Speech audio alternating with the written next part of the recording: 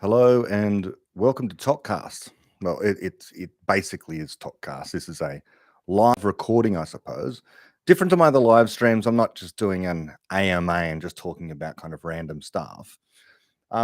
Instead, I've come across, I should say, I was provided with a link to an article that I'm going to be responding to because the article gives me a chance to respond to what I regard as some trope criticisms of reason and rationality.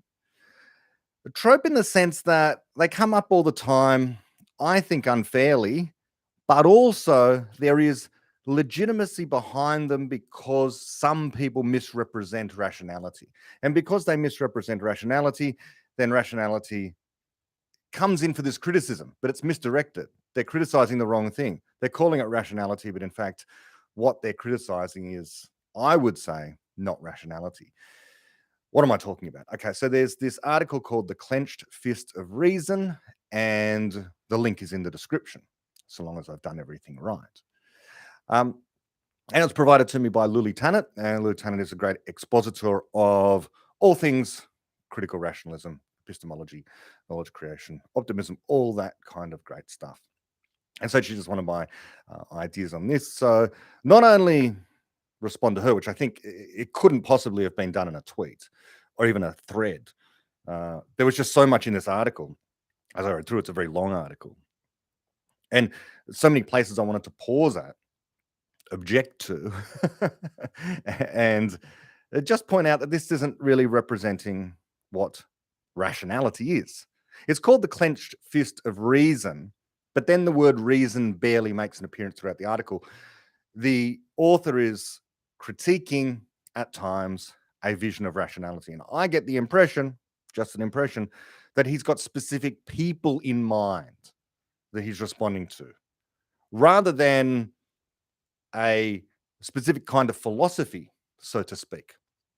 He's heard certain individuals say things and he's upset about those things, and he's directing his anger towards what he's calling rationality.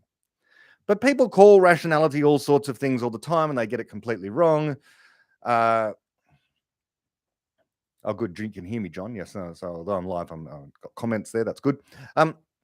So although people call these things rationality at times, they're often not rationality, and they give rationality a bad name. They tarnish the reputation of rationality. Look, Steven Pinker wrote a book called Rationality, and I think that it's irrational in large part. I shouldn't say large part, large parts. A significant minority of the book contains significant misconceptions about what I think rationality amounts to. And it omits a whole bunch of stuff that I think is absolutely essential for rationality.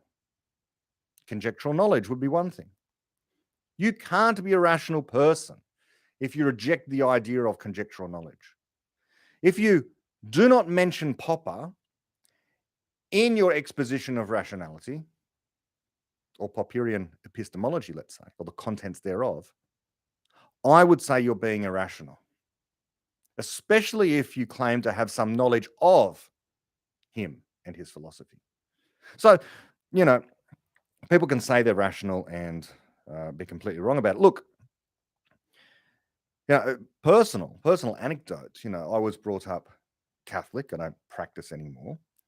And the thing is, you're brought up Catholic, you go to a Catholic school, you go to Catholic church very frequently, and you sometimes don't realize what you've got when you've been presented with it. Of course, I'm one of these people who say school shouldn't be coercive and the church is authoritarian and all this sort of stuff. However, it's not to say there isn't value there to be found. And I certainly found value. I certainly found value in my time at the church in retrospect. Excuse me, really. Wipe my nose. In retrospect, I find that I was sitting in the pews of the church contemplating things greater than myself. I was contemplating in wonder and awe at the magnificence of existence. It really, for me, wasn't about the supernatural. I was given a time during church, let's say, contemplative time, silent. Okay, sometimes I didn't want to be there, but you have to try and find the gems when you're put into, I guess, the darkness. And so, there we are, forced, of course. This is not a good thing to be forced into a situation you don't want to be in. But what can I extract from that? I can extract from that. It gave me time to contemplate. It gave me time to do what people talk about as introspection and meditation today. So I fully understand why people are attracted to this particular practice. I do think the Catholics and their prayer emulate some of the Buddhists and their meditation. They just haven't explained it as well. The Buddhists are very good at explaining precisely what they're doing. The Catholics, not so much. And I know people over time have said things like the difference between Eastern spirituality and Western spirituality is like the difference between Western medicine and Eastern medicine, but in the opposite direction. In other words, there's something precise and which works in Eastern traditions that isn't there in Western traditions. And I just think that's wrong. I think that it is there in Western traditions. It's just that it's not explained well at all. So there is certainly a difference there. But I think that, as a child, I was given this opportunity to sit in these magnificent buildings, contemplate the cosmos. That was for me. And that was a transcendental type of experience for me. Formational. That said, I was one of these people, there are many such people, that once you leave school in that environment, immediately you find all the zealotry of atheism, which is what I found. I lost, any thought that there was anything supernatural at all. And I became a committed evangelist for the the cause of atheism. And eventually I found Sam Harris and Richard Dawkins and Christopher Hitchens. I thought, great, these people are speaking my language, putting into eloquent words what I only hoped I could argue. Chief among them, Richard Dawkins, dismissing the entire project of religion basically as worthless, except, it has some good art and architecture. And I bought into this for a long time. And now I think I'm more mature and I reflect on these things. And I think that application of rationality, that dismissal of something about consciousness, about the subjective experience, what might be called spirituality. And as we'll get to in this article, what might be called magic is something that I don't think that rationality rightly does. When claims are made that stand in stark contrast to what the laws of physics permit, then we have a problem.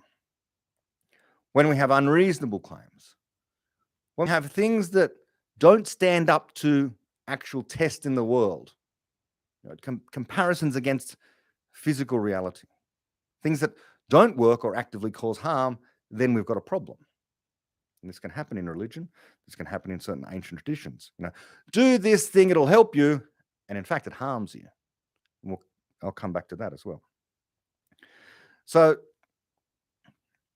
I'm going to talk about all of these things through the lens of this particular article. This article is just a vehicle for me to not necessarily criticize the author of the article, although I'm going to do that. I don't know the author of the article.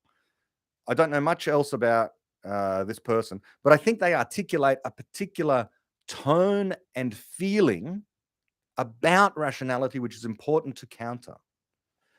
Because I think I was kind of the archetypical person that this author has in mind. I was once that person. I think the person that you might have in mind is like a Michael Shermer or a Richard Dawkins.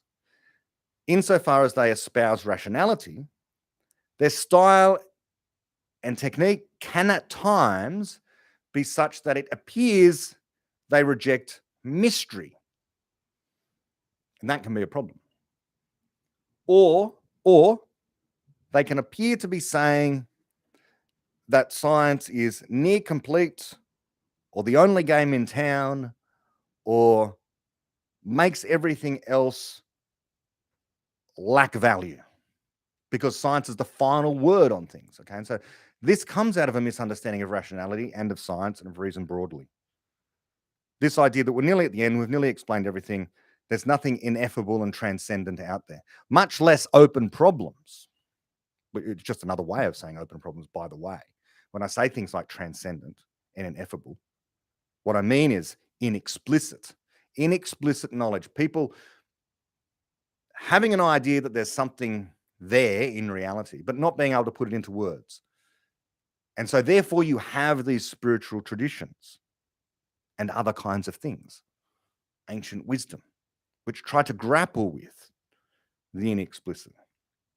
There was that great conversation that Sam Harris and Jordan Peterson had, their first ever conversation on the Making Sense podcast, about what the meaning of truth was.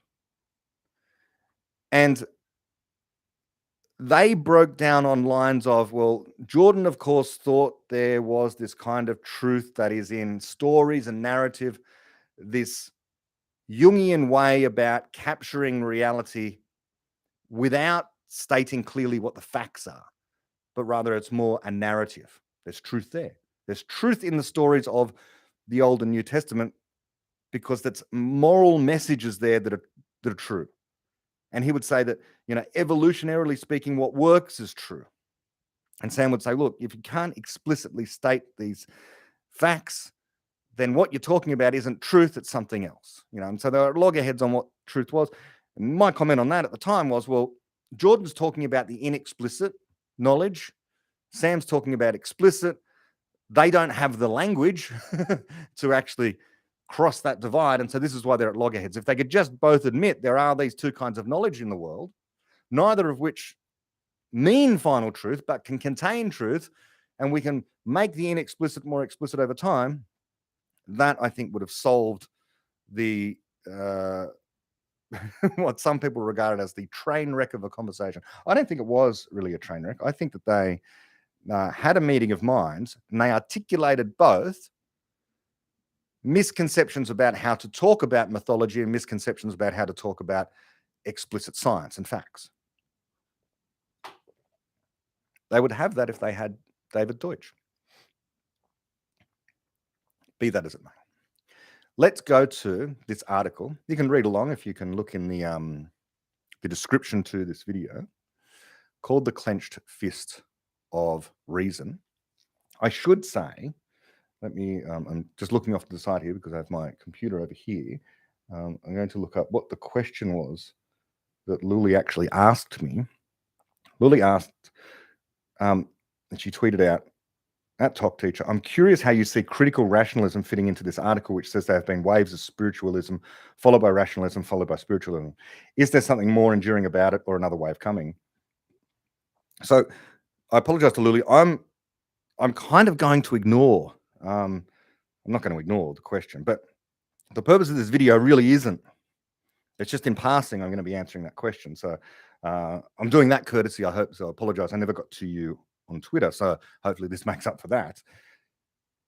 I don't know how I see critical rationalism fitting into the article. I don't like to, I don't like to speak for critical rationalism. I don't know sometimes what people mean when I talk about critical rationalism. Even though, people like David Deutsch, myself, Luli might answer to critical rationalism in the absence of any other label, I don't like these ideas. I just think that there's epistemology. There is knowledge. There's the study of how knowledge is created and replaced by better knowledge, how progress occurs. And I just call that epistemology. Now, people can say that is critical rationalism, which, okay, but there are flavors of critical rationalism. I just think there's only one way in which knowledge is created. It's the way in which knowledge is created. It's just like there's physics. Okay, so people talk about Everettian quantum theory, but really it's just physics. And appending Everett to it turns it into sort of a subjective idea that, somehow or other, this person has laid down what quantum theory is when he did no such thing. He gave us an insight into how to understand quantum theory, but he doesn't own it. So it's not Everettian quantum theory, it's just quantum theory. And quantum theory says that there's a multiverse and so on.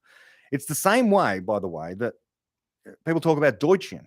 It's the wrong term. There is no Deutschian philosophy. There is no Deutschian perspective on things. There is no Deutschian optimism. There is optimism in David Deutsch's sense, but really it is just an idea that is out there in the world, objective, independent of anyone else. Now, David has explained these things, but it doesn't make it Deutschian. Deutschian is the wrong term. It's subjective. These are not subjective ideas. This is not about a person. Ayn Rand had this idea. She rejected the notion that, and she regarded it as insulting, that her philosophy, which she called objectivism, I think wrongly, okay, that's another story, but anyone who called it Randian was insulting her. She didn't want that to be said because, among other things, it reduces ideas to the contents of a particular person's mind, and they're not about that. David Deutsch's version of various philosophies can be understood, refined, and improved upon. And at that point, they'll be taken away from, he can be the originator, but it doesn't mean it remains that. In the same way that, Einstein, we say Einstein's general relativity, but he doesn't own it. He should be credited for inventing it in the first place, but to continue to say, well, Einsteinian physics, it's misguided. It's not Einsteinian physics. It's not like we're, again, subjectivist. This idea that you can just pick and choose your physics. I'll pick Einsteinian physics today and then Bohmian physics tomorrow and Newtonian physics another day. No, there's physics and there's our best understanding of physics. Now, David Deutsch just happens to have the best understanding of a whole bunch of things, and so including optimism. But there is a specific species of optimism explained by him. What I'm saying now is cease using the word Deutschian. It's not correct. And so when we get to talking about critical rationalism, I sometimes have a difficulty as well because I just want to understand knowledge. So first thing I'm going to apologize to Louis and say, I don't know the answer to that question. I'm going to object towards the end, and I'll get to this, about this idea of the waves coming. I just think the article asserts that, but I'm not persuaded at all. I'll give they've given a version of history, of this version of history as being, as Lully said, waves of rationalism followed by spiritualism. That's the way the article presents a vision of history. I'm going to reject that and say that I don't think that ever happened. I don't think it happened. There have been epochs where there have been these, as David would say, mini enlightenments, but this is not waves. And by the way, it would be historicism to say another one's coming based on that fact. Someone has said, defining rationalism too closely slips into essentialism. I couldn't agree more. That's exactly right. This idea of trying to define things very closely. Let's just stick with explanations. The explanation of how knowledge progresses is epistemology. That's the domain, that's the subject area. And Popper and Deutsch together have produced the best version of that. Okay, so let's go. We've got to go for much longer than I anticipated. Haven't even started reading the article. It's been 20 minutes. Okay, the clenched fist of reason. So firstly, that's the title of the article. Already you're put into, I've written some notes here, but already I'm put into a mind of a negative view of reason. But reason's not a clenched fist. It's a light. It's a means of finding a solution. It's the means of improving stuff. It can help produce more joy and wonder in the world. It's not antagonistic to meaning. It's a source of meaning.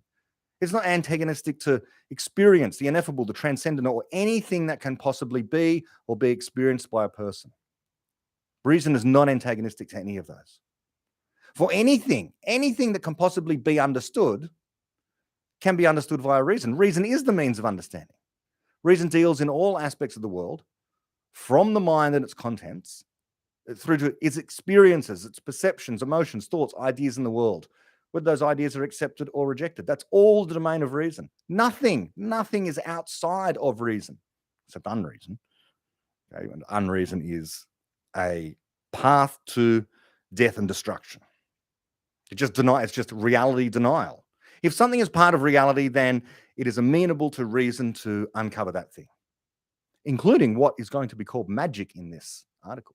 If it exists in reality and it works, it's amenable to reason.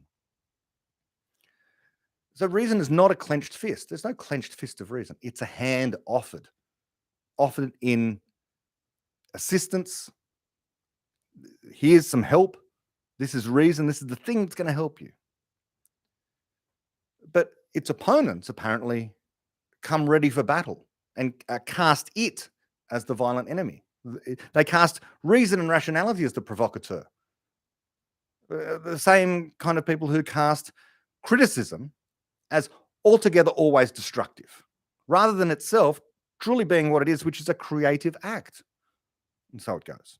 So you get these the anti-rational streak through people. And this is anti-rationality at times, in both senses, both being simply in opposition to rationality and in inculcating memes that might suppress the means of error correction. Perhaps we might get into that. Okay, so the author writes, quote, I mentioned in last month's post here that our familiar term world is a rounded off version of the Old English wereold, which means man old, the time or age of human beings. That bit of etymology conceals more than one important insight. As I noted last month, it reminds us that this thing we call the world isn't something wholly outside ourselves, something we experience in a detached and objective way. It's something we create moment by moment in our minds by piecing together the jumble of unconnected glimpses our senses give us. And we do the piecing according to a plan that's partly given us by our biology, partly given us by our culture, and partly by our function of our individual life experience. End quote. Yes, we do get ideas that way, so I've got no problem with some of that. But we need to keep this in mind because this is going to come up again and again throughout the article. This is my third read of the article now. There's a stark difference between the world and our ideas about the world. We don't create the world moment by moment. We create knowledge of the world. Saying we create the world in our own minds is misleading. We create knowledge of the world in our minds. Very big difference between the world and knowledge of the world. Some people have, I had trouble grappling with this, and I can't, thinking back now, I don't know, I guess over 25 years ago or something, it was David Deutsch who brought me out of this. This was an email exchange that I had with him. But I can't remember why my psychology was such that it was back then. But it was a revelation to me that there was a difference between the world and our knowledge of the world. Obviously, I wasn't a fallibilist. I had the idea, I'm trying to remember what my psychology was back then. I had the idea that when we wrote down the laws of physics, we were writing down the ultimate and final laws of physics. That was it. That was reality. It was David who had to explain to me and persuade me, which he did just by telling me, look, there's a difference between the world, reality, physical reality out there, the thing that science explains, and the knowledge that science creates. The knowledge of the world is not the world. Ultimately, it becomes part of the world, but it's still not the world. It represents the world. It models the world. It explains the world, crucially. So those who actually say or conflate the world and our ideas of the world sort of fail to make a distinction between those two things. It really is a version of idealism. The failure to distinguish between knowledge or thoughts or ideas and the things they are knowledge, thoughts, or ideas about. Let's keep going. So he goes on to write, quote, so he's just said,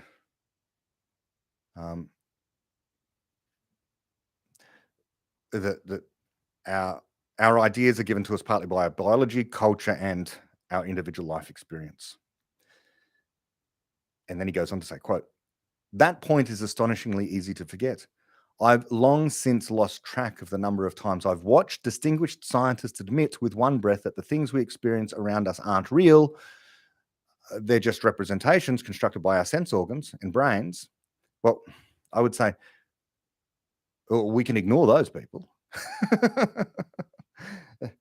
There is a reality out there, okay, but I'm not sure the author, I think, might agree with that. Anyway, so the author's just said, I've long since lost track of the number of times I've watched distinguished scientists admit with one breath that the things we experience around us aren't real. They're just representations constructed by our sense organs and brains reacting to an unimaginable reality of probability waves in four-dimensional space-time, and then go on with the very next breath to forget all that and act as though matter, energy, space, time, and physical objects, exactly as we perceive them, are real in the most pig-headedly literal sort of objective sense, as though the human mind has nothing to do with any of them except as a detached observer, end quote. So this has echoes of Donald Hoffman. Donald Hoffman's the most recent instantiation of this and tries to make this precise. I've done lots of critiques of him recently. So I won't recapitulate that now because I'm doing it here. Look, what was just said there is also wrong, because we perceive nothing directly, yet our ideas about reality don't come from nowhere. They come from in us and are about that reality, tested against it. The testing against the reality is because it's reliable, because you will be able to repeat the test and get the same results, tells you something about the existence of those things that you're testing for the existence of. Our claims about the world are about something. About what? Well, those things that we explain as real. But the fact that we explain something as real does not mean we perceive them as they are, or that we are making an infallible claim. We can regard explanations as lenses of a kind that bring things into focus more and more clearly. But we can always have a warped lens. We could always have dirt and smudges on the lens. We could have an almost entirely out of focus lens. But that we're seeing something, and the fact our lens brings into view things that, when we prod them, react in predictable ways and allow us to construct grand creations and technologies to control a whole lot of that stuff out there, means that what we perceive is not nothing and simply made up by our minds. It means we can have some clarity, but just never final clarity. The fact that this stuff works is important to appreciate and often forgotten by critics of science, the scientific worldview, and rationality. The theories aren't just narratives about the world because they actually allow you to build stuff. You can actually construct the aeroplane that flies. You can construct the computer that calculates. These things work, and they don't work by accident. And also, the attempt to divorce scientific theories from technology and engineering is itself a completely unreasonable and irrational thing to do. But people try. They say, oh no, that's engineering. It's actually not based on something. No, it is. You require and understand explanation of scientific theories in order to build the computer, for example. He goes on to say, quote, what's more, many of those same scientists proceed to make sweeping claims about what human beings can and can't know and do, in blithe disregard of the fact that these very claims depend upon the same notion of the objective reality of the world of experience that they've just disproved. So I don't really follow that entirely, end quote. But as someone who endorses a rational worldview informed by the best ideas that we have, I hope, ideas that have been refined over time, shown to work to some degree of accuracy, then I think we can make some claims about what we can and cannot know. We cannot know, for example, how to write down proofs for theorems that are demonstrably not provable in Gödel sense. We can't know that kind of thing. We can't know if certain programs will halt in Turing sense. We cannot know what the next highest prime number is above the one we already know without knowing it. So there's a highest prime number at the moment. Look up Wikipedia. What the next one is, we don't know yet. So with that, we don't know. But we can know, we just have to keep looking. We know that we can't know the highest prime number because there isn't one. We cannot know the content of future knowledge in general. There is much we cannot know, and that we know.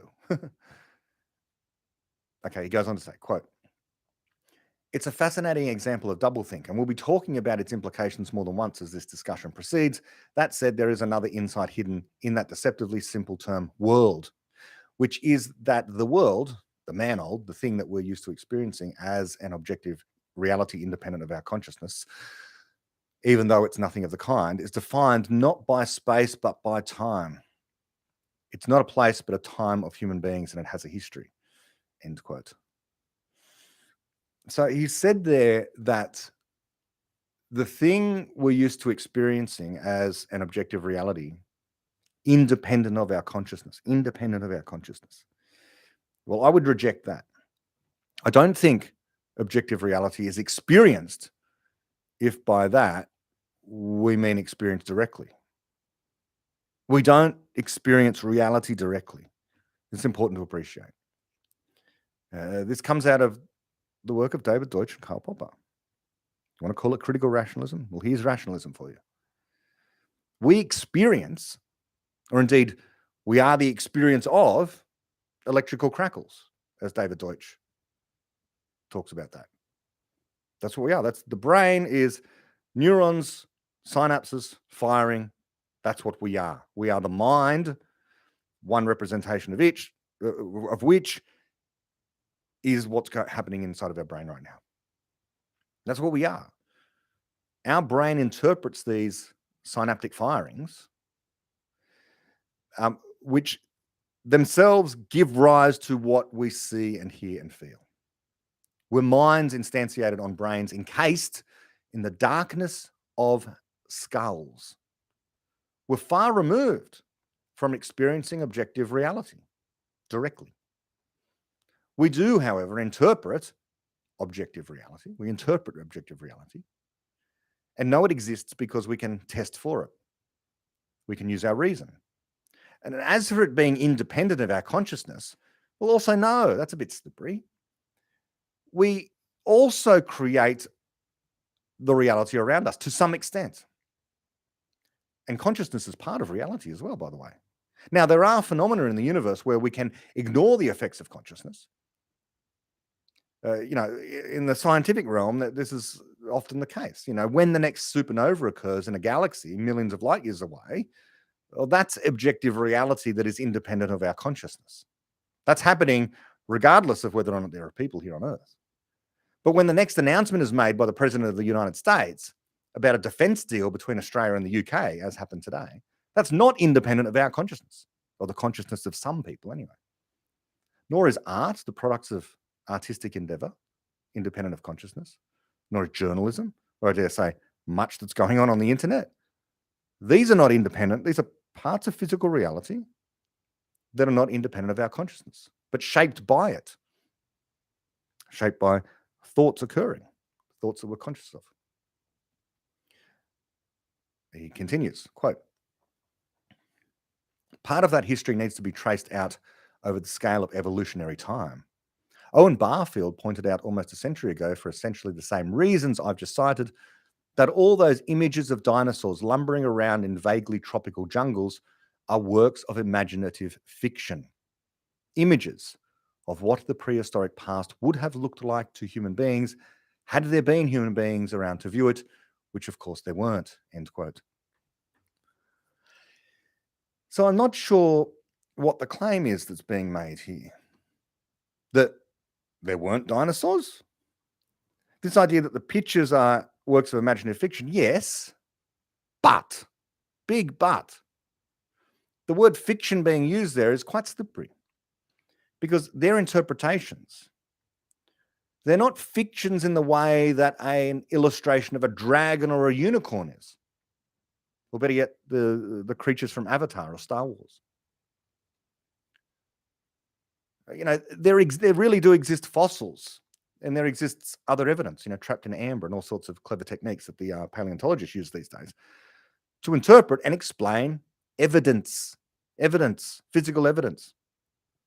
J.R.R. Tolkien was not digging for evidence in the physical world when he dreamed up Smaug the dragon or Gothmog the Balrog. He may have been riffing on parts of the Bible, which themselves were riffing on ancient myths, oral traditions.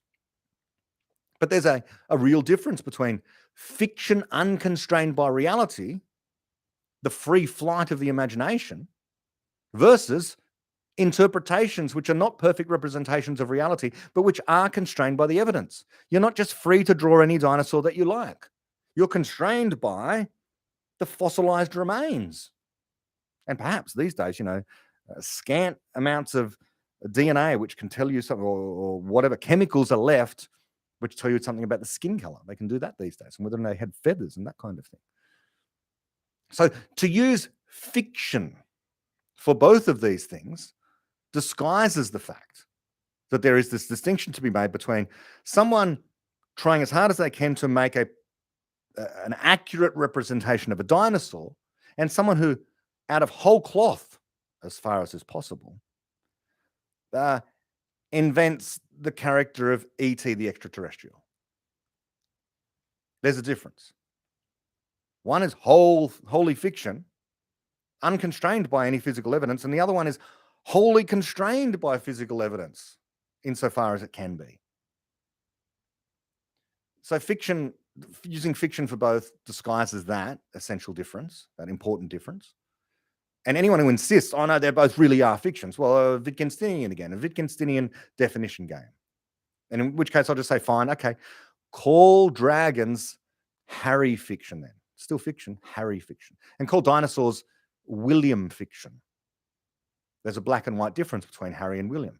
Harry is completely made up fiction, uncoupled from reality, and William is bound by physical reality as it appears in rocks which kick back when kicked. Okay. Going on, quote. The author says, more than a century of research into the nervous systems and cognitive processes of other living things have shown definitively that they don't experience the same world as you and I. A cat, for example, has modes of visual processing hardwired into its eyes and brain that are radically different from the ones that you have in yours. Have you ever watched a cat staring intently at something you can't see? Something is setting off the cat's visual processing neurons, not yours. So whatever the cat sees is part of the cat's world, but not part of yours. End quote. How do they know it is part of the cat's visual processing neurons? How is that known? I'll come back to that. But anyway, this idea that the cat perceives stuff that we don't. Well, there's easier examples than that. Eagles or other birds who actually have more red cones in their retinas, the retina of their eye. So they must be able to distinguish more shades of red than humans, and that's experimentally testable. Or snakes who can perceive heat, again, experimentally testable. They've got infrared detectors. Or bats and dolphins who use echolocation. But humans routinely detect all of those signals and more. That's what sonar and radar, radio, telescopes, infrared cameras, microphones, and more besides allow. To see and experience more of the world by augmenting ourselves, like some sort of super cyborg. We see way better than any animal, way more distant, all the wavelengths of light. Nothing, we are blind to nothing now in terms of wavelengths of light. We can hear anything. We can see the heat left over from the Big Bang. The mere ability to have these senses in your mind somehow is of little benefit when you don't understand what it is you see. But this is what humans can do with our technology. We far exceed the capacity of any animal to have an experience of these things. If by have an experience means detect that thing. Now, if you want the thing fed straight into your brain via some neural link, well, one day it's coming. We're not there yet, but I don't see why this is a massively significant philosophical issue. It's not. In either case, we want to understand what it is we detect. The cat doesn't understand a thing. He goes on to say, quote, in evolutionary terms, mind you, the cat and you are practically kissing cousins. Factor in 100 million years of evolutionary history and the yawning genetic chasm that separates you from, say, an allosaur out for a pleasant stroll in the greenery of a Jurassic cycad forest, and you might have some sense of how different the world that the allosaur experienced was from yours. The allosaur saw, heard, felt, and smelled a world vastly different than you would have experienced had you been hiding from it and its hungry kin in that same forest, end quote. This is Wittgenstein again. This is pure Wittgenstein. If a lion could speak, if a lion could speak, we would not understand it. Know what you mean? His experience, its frames of reference, the things that it understands are different to us. Okay. People make a big deal about that. I just think the lion doesn't understand a thing. This idea that these other animals have different experiences to us. Okay. And one person has a different experience to another. By the way, you couldn't experience, well, not for long anyway, dinosaur times. The oxygen levels were higher back then. If you did step out of your time machine and you weren't in a spacesuit back 62 plus million years ago, you'd be dead pretty quick from hyperoxemia, too much oxygen. The atmosphere was different then. It was an alien world, literally. Going on. He says, quote, "There were likely things in its world, the Allosaur's world, that you wouldn't have perceived at all, and vice versa, because its sense organs and nervous system were variations on the standard megalosaur model, while yours are variations on the radically different standard primate model. Until there were homonyms with eyes and nervous systems sufficiently like yours, even the most basic elements of the world, didn't yet exist because, again, the world is not out there. You don't observe the world, you construct it," end quote. Oh, there's just so much there. Look, there are many things hidden from us, but we can, if they present a problem, detect them. This idea that these other animals have these different senses is irrelevant to us being able to actually detect these things. Like I said, the snake can detect infrared radiation, but it's not like infrared radiation is a huge mystery to us. All one needs to do is to get a pair of infrared glasses and you can see everything the snake can see and more. We have X-ray telescopes. No animal can detect X-rays. We can. Having an experience of the things that other animals can detect using physical senses, it's just detecting energy, by the way, vibrations in the air or vibration in the form of photons, okay? Energy, we're detecting energy with our senses. Instruments can do that if our raw senses can't. This is no great problem for understanding the world. That animals have different senses doesn't mean that they have access to some information that is denied to us. No, we can always detect whatever it is. And we don't find any huge mystery, by the way. It's not like you put on the infrared camera and you suddenly start seeing heaps of stuff that you normally wouldn't. Of course, at night, things are different. But it's not like you see more interesting things. It's not like you get an insight about the world. Yeah, the sun's a lot brighter and certain things are a lot brighter. But okay. But there's all sorts of things hidden to us that is hidden to everyone. That are a mystery, like dark matter, if it exists. That's a curious case. There we go. We've kind of detected something that we can't even see. That's remarkable. And of course, yes, always in heaven and earth, there's more than dreamt of in our philosophy, as the trope goes. We can agree there are things in our sense that our senses can't perceive. And hence the existence of this thing called science, because it explains what we do see in terms of the unseen. We know the unseen is there. And if you're really pushed, then, as I say, our instruments, our telescopes at all wavelengths of light, and our microphones at all wavelengths of sound can image or detect those things. Really, we're becoming more and more like gods, or like Superman of a kind. More and more omniperceptive compared to our ancestors, and certainly compared to any animal. We'll never get the ability to see and hear it all, okay, because all of it is all of physical reality. But that's just a consequence of physics and the infinite in all directions complexity of objective physical reality. But this idea that this author says there at the end, it's important to linger on. He said, quote, "You don't observe the world, you construct it," end quote.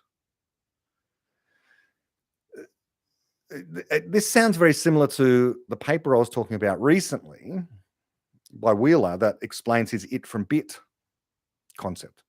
He had the idea of the participatory universe.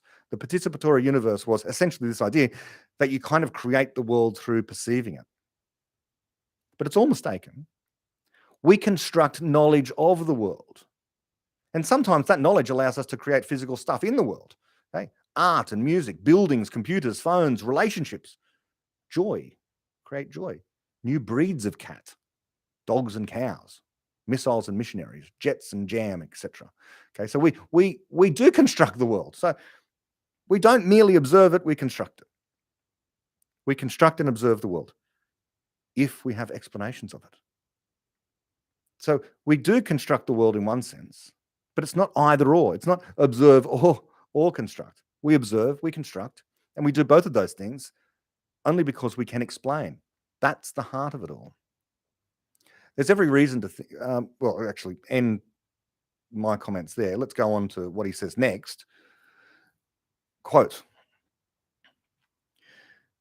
there's every reason to think that, within a certain fairly modest range of individual variation, one cat constructs much the same world, or rather the same cat-old, as any other cat. The same was most likely true of allosaurs, though it's only fair to admit that cognitive testing of dinosaurs is a little beyond the capacity of today's scientists. That similarity is much less true of human beings because of one of the evolutionary twists that pole vaulted us out of our Australopithecine ancestors' comfortable niche as a savanna-dwelling primate and sent us scampering around the globe, end quote. Yes, okay. Look, people are as different one from another as one species is from another. In other words, quite different, very different. Okay? People have radically different experiences of the world, and because of the way we generate knowledge, the older we get, the more different we become one from another, except the people that perhaps we share a home with, we become more similar to over time. But still, we have vastly different experiences of the world. But again, this, as he says there,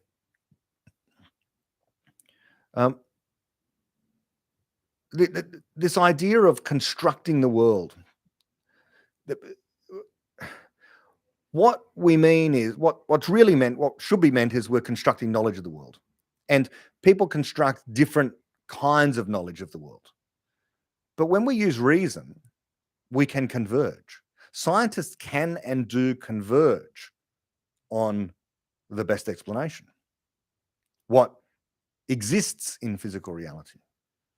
Not perfectly, but reliably, especially in science. When we get to unknown places in science, of course, everywhere's a horizon in science. Everywhere is ripe for a new discovery. But in general, in science, we have agreement on much, and then disputes about where the active research is happening. That's where people struggle to come to agreement because they're trying to generate new knowledge. But the fact that we have different models of the world is just a necessary fact of existence. We create knowledge in different places and at times because we ourselves are subjects. We can perhaps, I think often we can make too much of the fact that we're separated by time and space and our background knowledge. We can and do converge on much, because if we didn't, then communication would be impossible. He goes on to say, quote, cats constructed their cat-olds and allosaurs presumably constructed their allosaur much-olders on the basis of genetically transmitted patterns that are hardwired in their nervous systems and are triggered into activity by parental behavior. Cats teach their kittens how to hunt, for example, and it's been suggested by paleontologists that allosaurs did much the same thing for whatever you call baby allosaurs. But in both cases, parental instruction serves as what ethologists call a releasing mechanism, a way of triggering and fine-tuning patterns that are put in place by genetics, end quote. Yes, I agree with that. It's nice to see it, actually, because this point is often poorly appreciated by people. There is knowledge in the genes, but the knowledge isn't of the form, for a cat. Here's how you catch a mouse, but rather, here's how you react to fast-moving things. And, here is how these particular muscles and tendons work and so on. So we have what is technically called behavior passing, even with cats.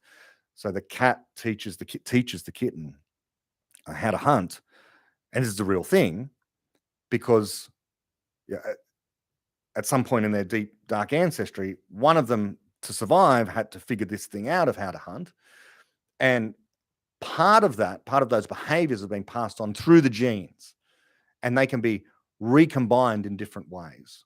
These behaviors, so it can sometimes appear to be the construction of knowledge, but it's not.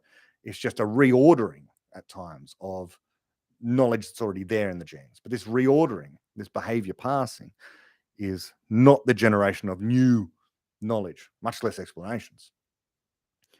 Okay. He goes on to say, quote, human beings also have a fair number of hardwired reactions and releasing mechanisms.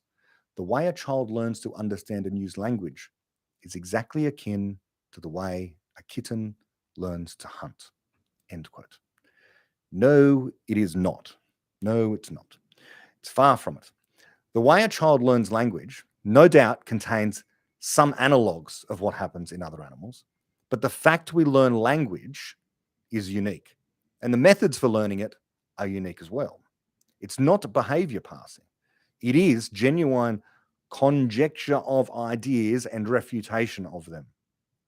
Now, there must be inborn ideas of how to make sounds, for example, but that these abilities are so extremely elastic in human beings that the same kinds of brains and minds can be placed in as diverse locations with diverse languages as China, where you will learn the sounds required in order to speak Mandarin, or in England to learn the sounds required to speak English, or name your country, Argentina, to learn Spanish, says something about the fact that words and word order and specific sounds, they're not hardwired at all. They are conjectured. Now, why learning languages later on in life becomes harder for many is another story. But I guess my conjecture is it's largely to do with the accumulation of anti-rational memes over time, learned while learning the first language. But, initially we lack those anti-rational memes.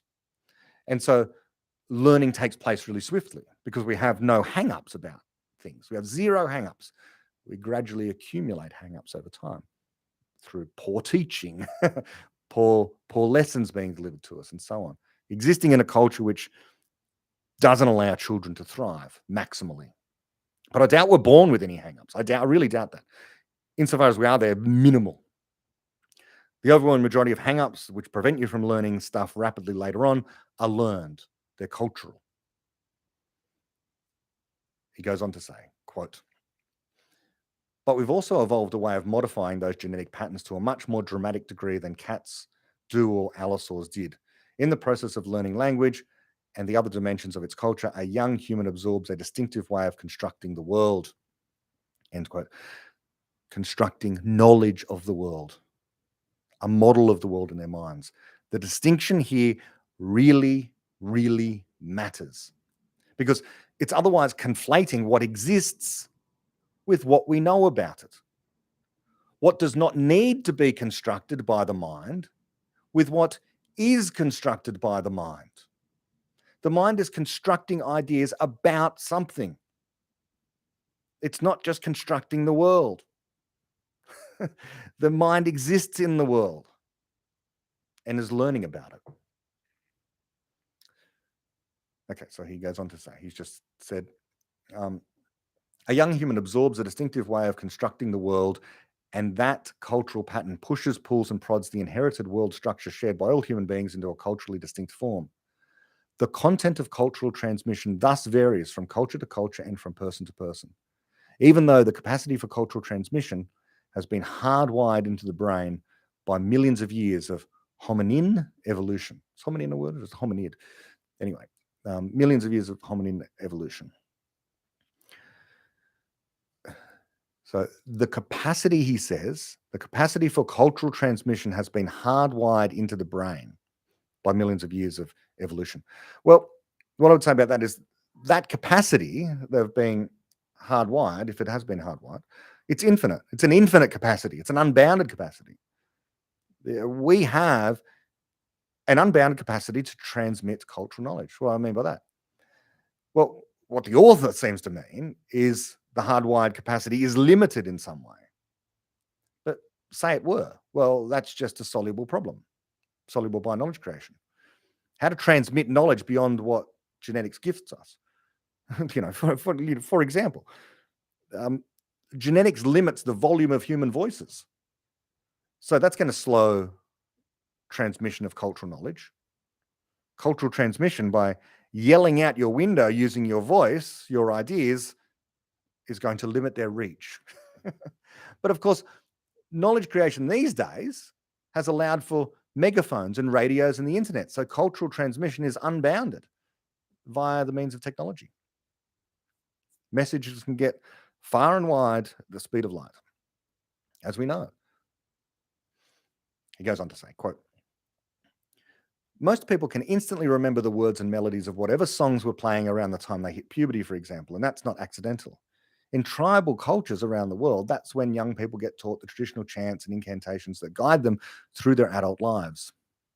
And much of the same sort of imprinting that allows toddlers to pick up the grammar of their native language effortlessly functions here to fix traditional songs or top 40 hits in permanent memory when those same toddlers reach their teens. Just pausing there, my reflection on that. That would be a form of Lamarckism if it were true. I don't think that people were getting wiped out because they couldn't remember particular chants. I don't think that's the case. I don't think this is the explanation for why people remember songs during a particular era of their lives. And I also don't think that's a universal truth, just by the way. I'll just finish reading it and we'll go on. He says, quote, one point that needs to be remembered here is that this imprinting process isn't conscious and that the imprints left by it can't be changed by the conscious activities of the mind. Those of my readers who have ever tried to get a song out of their minds know this from personal experience. End quote. Well, that's everyone. So those of my readers, okay, everyone has had that experience. Imprinting. So he's come up with this thing. I think, yeah, some other people use this term imprinting as well. Interest in a particular thing. Something is interesting to you. You're focusing on it. Don't you remember in your 20s when you were really focused on music and going out and dancing and listening to particular music over and over and over again? Why aren't you doing that now? If you were, you would remember the songs that are popular now, but you're not. Why? Maybe during your 20s, you're looking for a partner, and so you're going out to these various places where you're playing the same songs over and over and over again, nightclubs and so on, pubs, whatever, wherever you listen to music. You're interested in music because it has something to do with making friends and so on. Later on, you've got your friends, you've got your partner, you listen to music to reminisce. Most of us. Now, my partner is someone who remembers the words of obscure present-day K-pop songs put out this year or last or 10 years ago, better than the songs of the 80s and 90s. Now, this imprinting thing is not universal. So I'm not sure that explanation is true at all. Yeah, sure, it was something that tribes needed.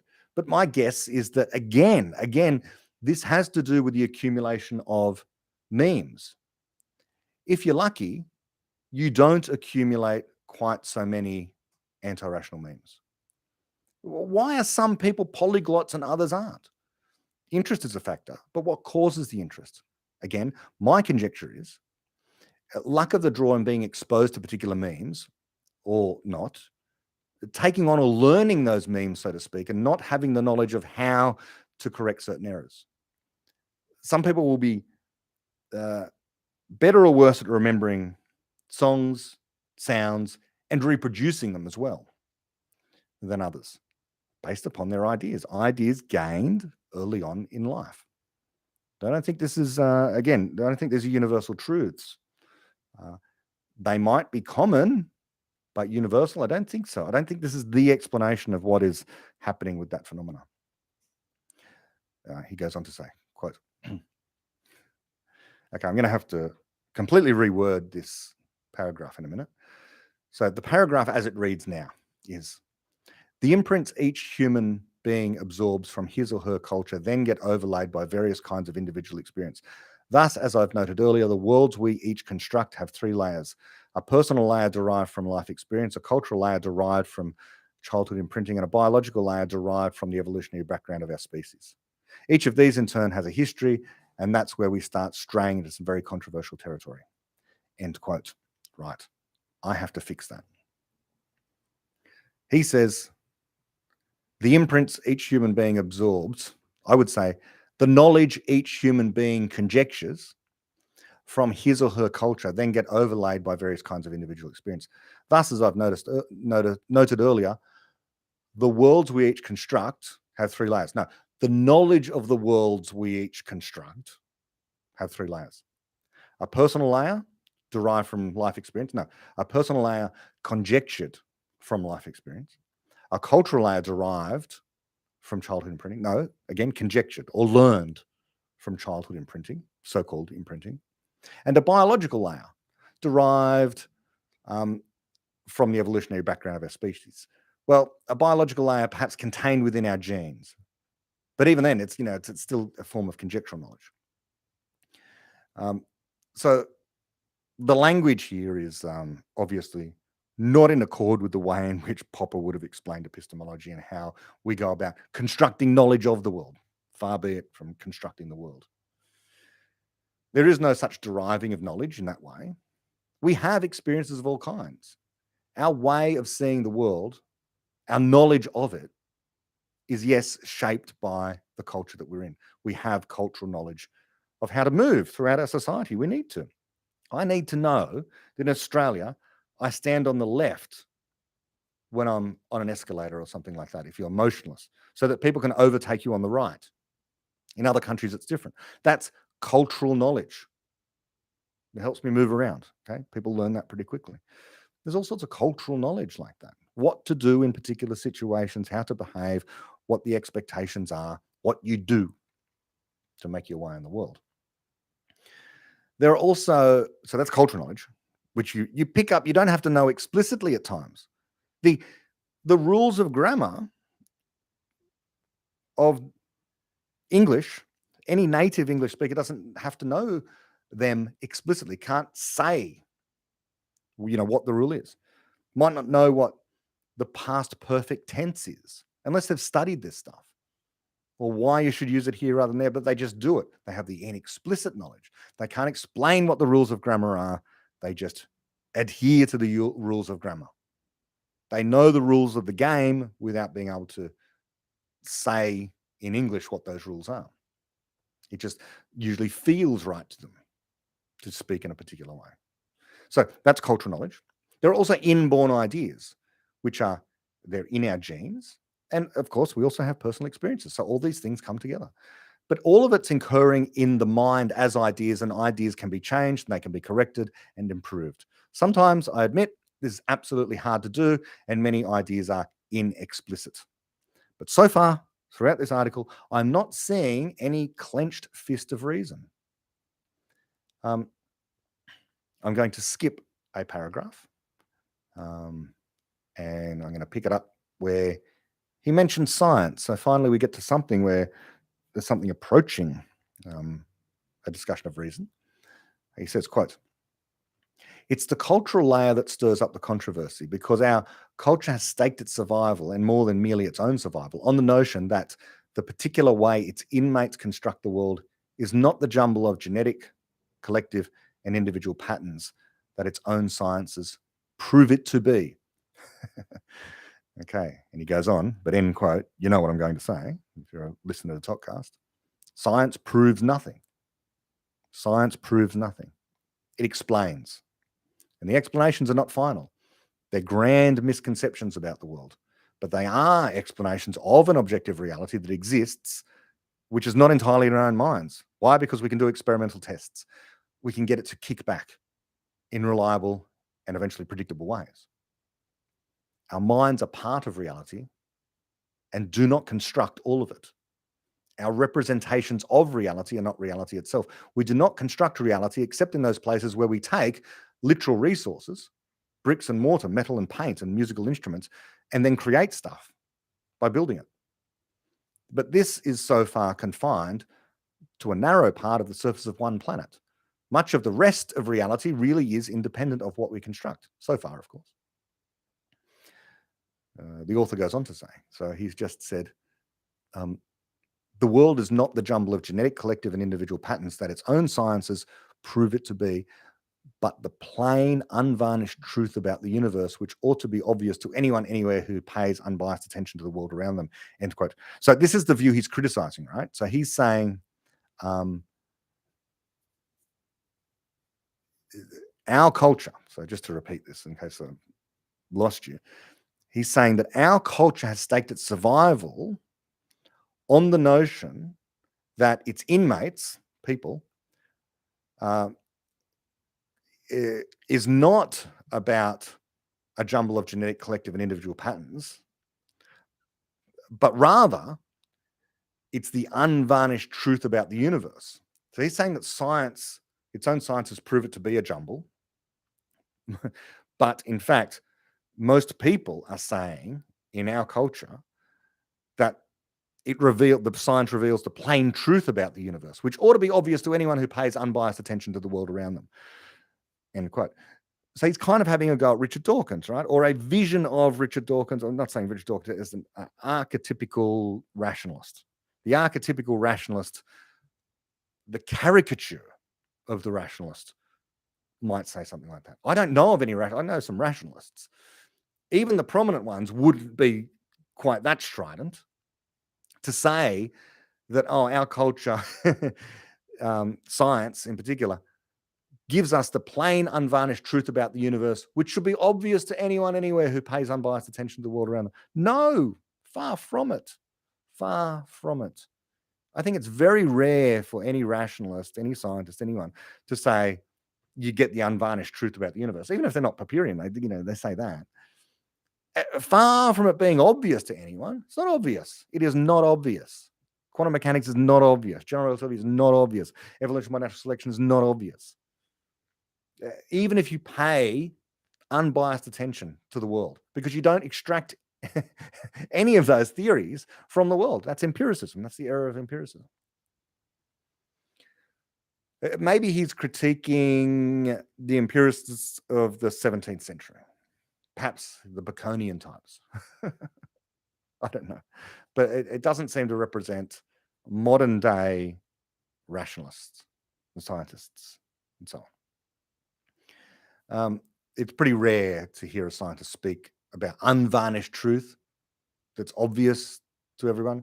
They're more liable to say some people actually can't understand this stuff. It's not obvious to, the people of lower IQs. And anyway, it's only probably true, not certainly, and unvarnished. Okay, so all of that seems to be unfair. But he goes on to say, quote, thus the only version of history that most people in the industrial world are willing to consider is one that explains how people stopped believing all the obviously muddle-headed things they used to believe about the cosmos and learned to see reality that was sitting right out in front of them all along, which of course just happens to be the one we construct moment by moment as we make our worlds, end quote. So again, this is a critique of the ancient view of science as being empiricist, that you just observe the world and then you get the knowledge out of it. Okay, some scientists sometimes talk like this, but, pushed, they won't admit, they won't say, you can observe the Big Bang, observe the core of a star, actually observe single electrons and that kind of thing, or maybe let's say you can. But I just don't think that this holds, that the rationalists of the world speak in these terms or even think in these terms. Obviously muddle-headed things they used to believe about the cosmos and learn to see reality that was sitting right in front of them all along. Look, I don't understand this. Some people did move beyond superstition, one set of claims about the world, to better claims, better explanations, better by those lights of being able to account for more phenomena in the universe that they could test for. Hard to vary explanations of what really exists out there. How do you know what really exists? Because they feature in those good explanations. Superstitions and myths and these things that were replaced by these good explanations, they knew nothing of electrons and photons, electricity and lasers and rockets and vaccines, all the unseen stuff by the way of physical reality. They knew nothing of it. Myths purported to explain the world in terms of unseen things, gods, but they were easy to vary. You could swap out one god for another god. And you couldn't test for them as the important thing. You couldn't test any prediction that those myths and superstitions made. The grand advance of science was, here's a claim that you can test in the world to see whether or not it actually tracks reality or not. Okay. So science and rationality, reason, they bring into view what was previously unknown and unseen and not experienced. Let's recall Richard Feynman on rainbows. Rainbows are not made less beautiful for having understood the physical process that gives rise to them. I can appreciate all the beauty of a rainbow that someone who, denigrates the power of science does. But I can also appreciate something more than they do as well, about the remarkable process whereby water droplets can act as refractors and reflectors, splitting up white light, often thought to be pure, but revealed by this raindrop, this rainbow, not to be, as a mixture of all of these different colors. That light having traveled 150 million kilometers from the surface of the sun, where it was produced in the core of that star by unseen fusion reactions at 15 million, Kelvin. The energy that produced there eventually creates the rainbow. That's an astonishingly beautiful fact. Just like the rainbow. Different kinds of beauty, but hey. He goes on to say, quote, there are plenty of problems with that way of thinking about history, but the one that's most relevant to the project of this blog can be grasped by recalling the last time you saw a cat staring intently at something that you... I'll start again. There are plenty of problems with that way of thinking about history, but the one that's most relevant to the project of this blog can be grasped by recalling the last time you saw a cat staring intently at something that your eyes didn't see. End quote.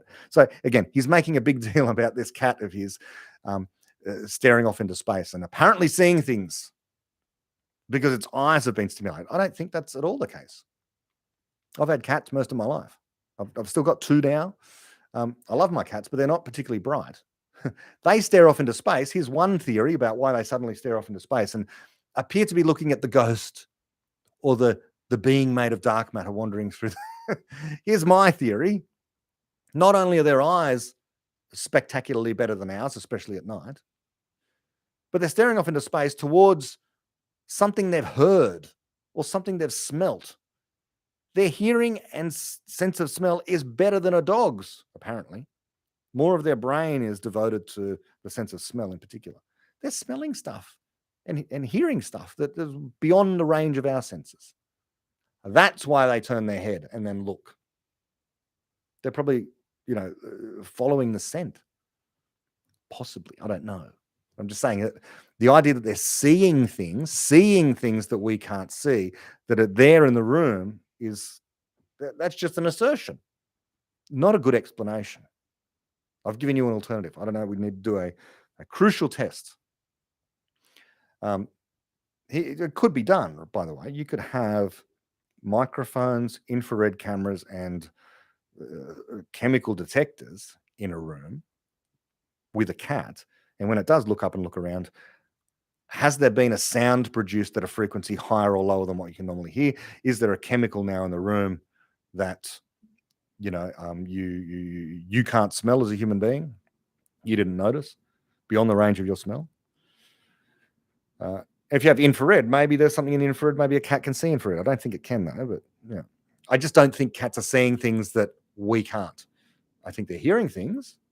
Okay? At night they are. At night they're certainly seeing things we can't see, but in a brightly lit room, it's not like they're seeing ghosts walking around. I don't think that's the case. That's the implication here. Let's be honest. I don't think there's a huge deep mystery here. This doesn't reveal the reality of magic. Why do I mention magic? Because he's about to dive into magic. Okay. So he goes on to say, quote, "The worlds constructed by different cultures don't just vary one from another in how they arrange the flurry of disconnected data that comes streaming in through the senses. They also vary in which data they include in their arrangements, which they exclude, what they consider important, and what gets dismissed as meaningless. It's entirely possible for the world of a given culture at a given era in its history to exclude utterly a range of common human experiences that the worlds of most other human cultures treat as having very great importance. We know this because the world of modern industrial culture does exactly this, and among the things that are excluded in that world, dismissed as non-existent and meaningless and imaginary, are the raw materials of magic." End quote. Okay, so yeah, this is a criticism of the Western world and modernity, fashionable, of course, at the moment, but fashionable for decades now. And it just seems to be downplaying or criticizing modernity, Western culture, the Enlightenment tradition, for the sin of rejecting certain tribal ways. Now, there might be some legitimacy here in that sometimes, you know, modernity might very well have been too quick to dismiss certain things. Cures for diseases that are natural, that actually contain active ingredients that work and that kind of thing, and other practices, maybe spiritual. But the fact is that modernity, often to its own detriment these days, does incorporate the so-called wisdom of other traditions when they're shown to work, and even when they don't. That's the wonderful thing about this thing that we call Western civilization. It really does welcome all comers, more than any other culture that has ever existed. It is, and sometimes to its own detriment. Sometimes to its own detriment. Western culture welcomes those who are, wandering the streets dressed in robes as if they're from a millennia ago, preaching some version of, name your religion, or they dress in some way that an ancient tribe does, or even an extant tribe from another culture does. Western culture says you're welcome here. Western culture embraces all of it in a way that no other culture does. No other culture opens its arms to the degree that the modern Enlightenment societies do. Often our arms are too wide, and we do embrace nonsense, even at the political level, and it enters the moral zeitgeist and so on. People are free to practice sense and nonsense from inside and outside Western culture, in Western culture. People are free to practice Buddhism in the West. Paganism exists in modern America and Europe. No one's excluded in our culture, insofar as you don't want to destroy it all. But even then, you can espouse the fact that you want to destroy it all. And in some places in the West, you're met with little to no penalty. In fact, you can be celebrated for saying that it's all terrible and you wish it would all fall. But to me, it sounds like the author here of this piece has a very specific, if not a specific person in mind, they have a specific social group in mind when they've written this article. Because it's just not true of this modern industrial culture that he's talking about. It might be true of particular individuals. But as I sit here now, I don't see that modern Western culture just out and out rejects the wisdom of other cultures. It just doesn't happen. As I say, often to its own detriment, it takes on even bad ideas.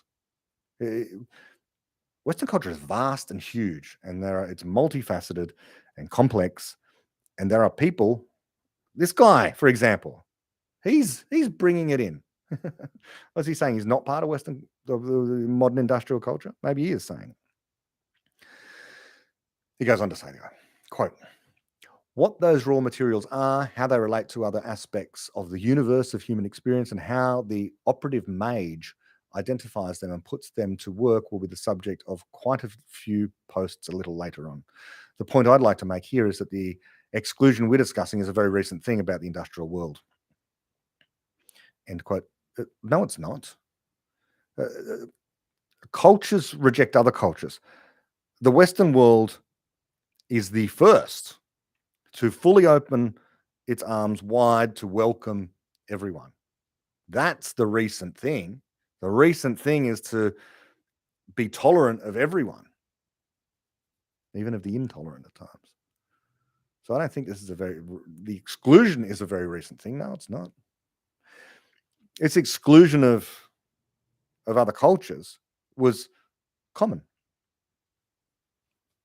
As for the exclusion of magic in the Western world, I don't know if that's, well, maybe on geological time it's recent, but in terms of Western culture, well, again, but religion, traditional religion has replaced other religions, and the scientific worldview, yeah, okay, it challenged religion and it challenged mythical ways of understanding stuff, but didn't entirely replace them.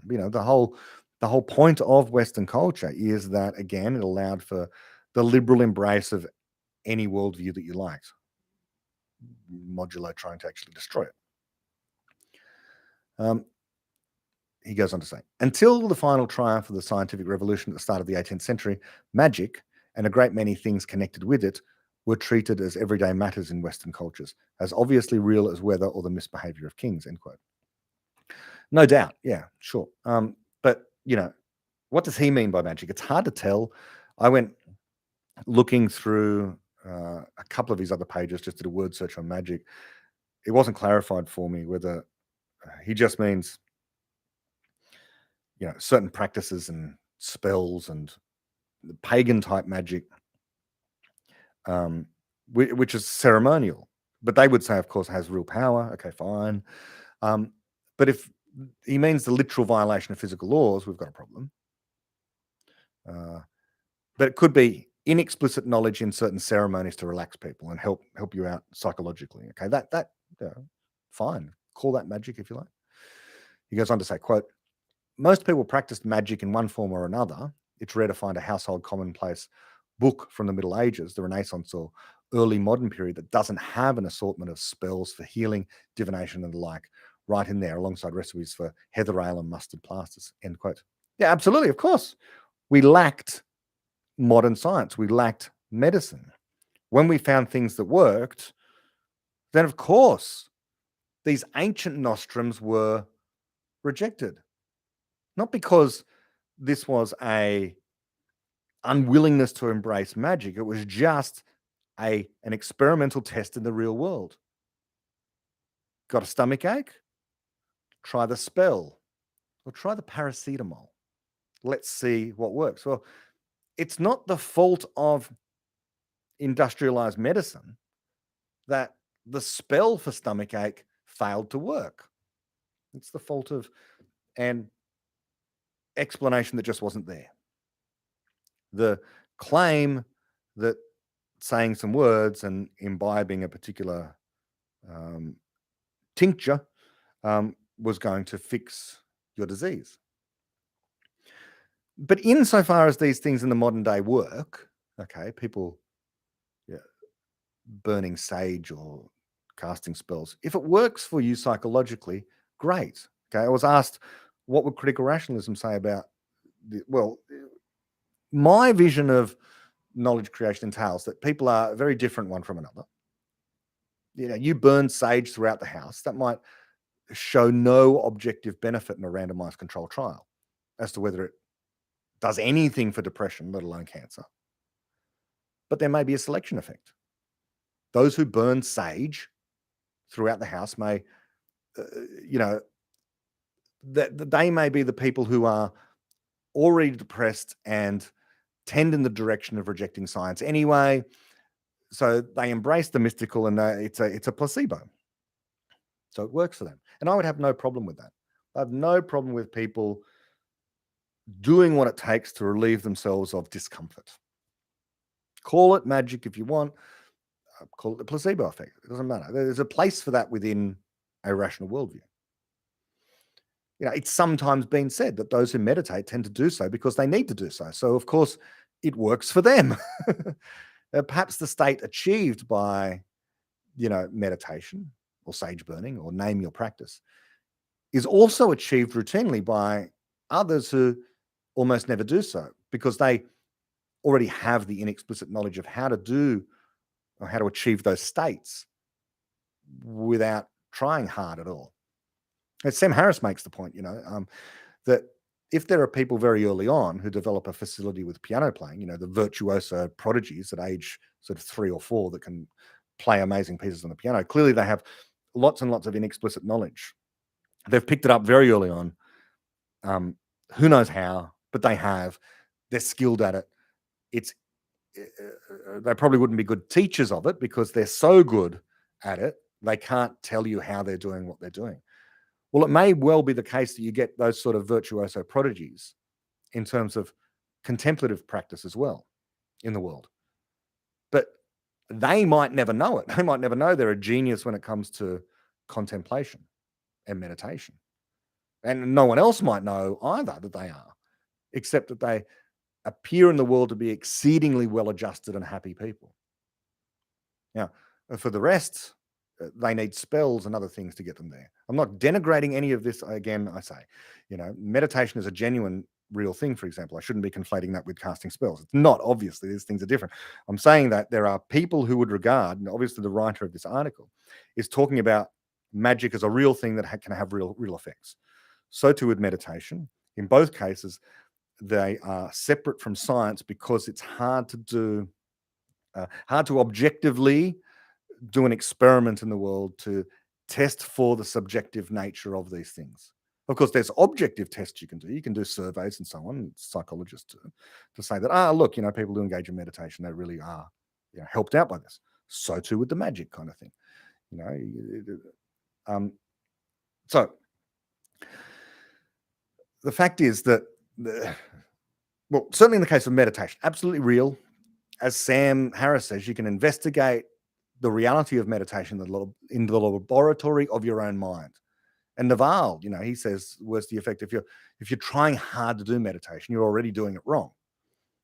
My point is that there's nothing in an enlightened modern worldview informed by reason and science that rejects any of this a priori. Even so-called critical rationalism allows for this. It's completely silent on it. Conjecture stuff in your personal life all you like and try it out. If it works, keep it. Call it magic if you like. Of course, deluding yourself is no good, so you've got to beware there. You've got to be critical. But this opposition between reason, the clenched fist of reason, and anything in the world that can bring peace and joy to those who need it, that's not reasonable. That's not a reasonable dichotomy to set up in the world. Reason is not bringing the fight here, as far as I can tell in this article. Maybe some people, rationalists, are a bit abrasive, but what I can say is that the representative of magic here is bringing the fight to reason because of rumors they've heard about reason, or they're laboring under a misconception about rationality. But then people who promote rationality labor under a misconception about rationality. Steven Pinker, others, but what can you do? He goes on to say, quote, "The relationship between magic and religion all through those centuries has been misunderstood and misstated by almost everyone outside of a handful of scholarly fields. Valerie Flint's The Rise of Magic in Early Medieval Europe, for example, shows that one of Christianity's major selling points in the post-Roman Dark Ages was that its priests and monks were considered better at magic than their pagan rivals. From the fall of Rome straight through to the late 14th century, charms and incantations were forbidden only if they invoked someone other than God, Christ, or the saints.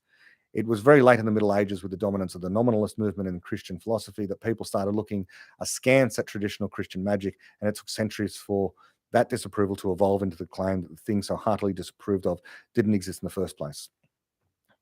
End quote. So this is an historical account. There's no references. There's no other literature I can look at. It's a vision of history. And when you do history, the important thing is that if you're doing proper history, you should be referring to historic documents. Where can I go to check these claims? I'm not particularly interested in trying to check these claims. Everything that's said there is checkable. Maybe the sources disagree one with another.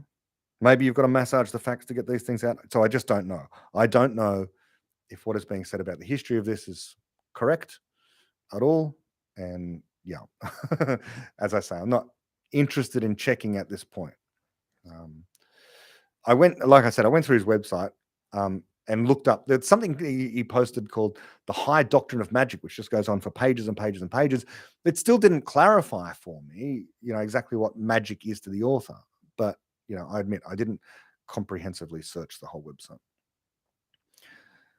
He goes on to say, quote, "The dubious sort of history I mentioned earlier, which treats all previous thought as a collection of obvious stupidities that humanity only got around to outgrowing in the 18th century, very often seizes on the decline and fall of magic at the dawn of the scientific revolution as a case study. See, everybody believed in this stuff until the early Enlightenment finally gave us all a clue," end quote. Who hurt this guy? Who hurt this author? Who has upset him and insulted him? Who is he lashing out against? Just look, I guess there are some people. Yeah, there are. Okay, I admit there are some people out there who are poor representatives of rationality, who just go really hard at religion. As I admit, when I came out of school, I probably went too hard. All the zealotry of a convert, so to speak. This is a feature of, let's admit it, young males. I know young females do it as well. It's a feature of youth. And there are benefits to that. But there's also there can be a callousness that comes along with this, that people have their happy little set of beliefs. Maybe they're irrational, magic and so on. And some people can be insulting. All right. And you got a choice then if you're in that position of having these beliefs about magic or other things that people regard as irrational. You can either ignore them or you can engage. But why do you need to engage? If it's working for you, what does it matter? What do you care? You can go and help others who also endorse your magic. It doesn't, people who are oncologists, maybe they do. Maybe they get really upset if people say that, oncology is a bad thing. But, most often I think what they do is they just get on with the work of doing oncology, getting on with the work of helping people, getting on with the work of helping to treat cancer. That's what they do. That's the greatest refutation of people who say this stuff doesn't work, is to just use it and show that it does. So too with magic. You don't need to write long essays about how these other people reject your ideas and they're wrong to do so. Just show that it works. That's all. He goes on to say, quote, "Take the time to read the ancient Greek philosophers and you'll get to watch the same revolt in full swing 2 millennia earlier than ours. Just as Johannes Kepler cast horoscopes to pay the rent, and Isaac Newton devoted as much of his time to alchemy as he did to physics," end quote. Yeah, but neither of those examples show, that horoscopes work or that alchemy works. We know that alchemy can't work, chemically speaking. There's no chemical reaction you can do to produce gold. Of course, nuclear reactions, in theory, allow you to produce gold from hydrogen. But that's a separate thing. Newton knew nothing about that. So Newton did waste his time in alchemy. He did waste his time. Whether or not all the time was wasted in alchemy, in terms of civilization, maybe he showed what wouldn't work. This didn't work, this didn't work. And so we ruled out alchemy sooner than we would have if Newton hadn't done all that work. I don't know. I don't know enough about the history of alchemy.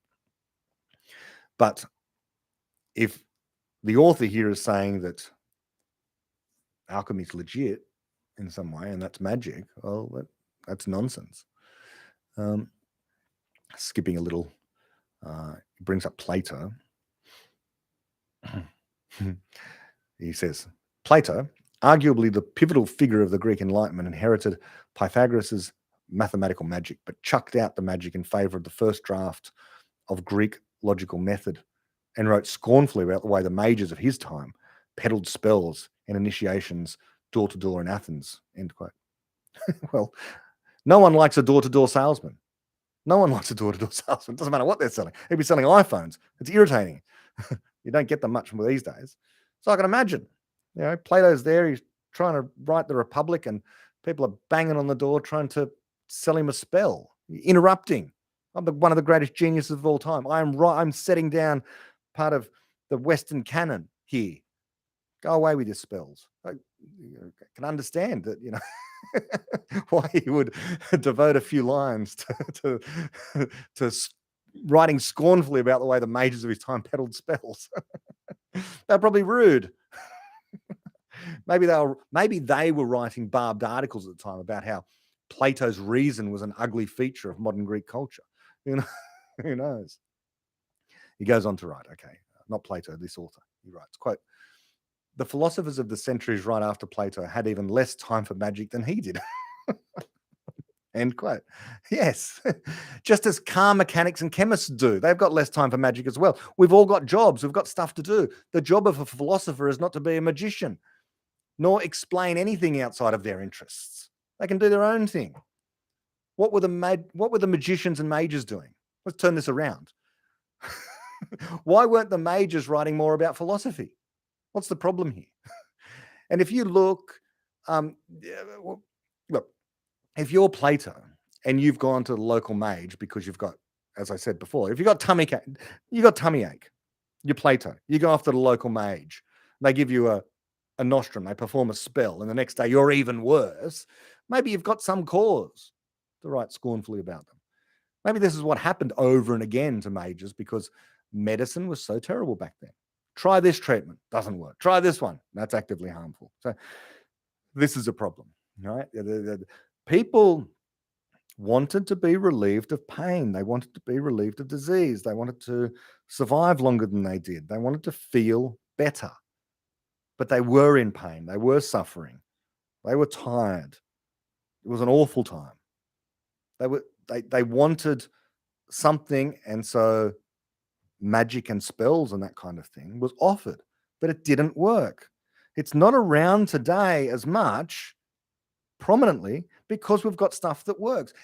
If it worked, we'd use it. Genuinely. People are in extremis in disease and depression and everything else. If this stuff reliably works for an overwhelming majority of people, don't you think there would be corporations clamoring to have an institute of magic and spells? They'd be selling the stuff.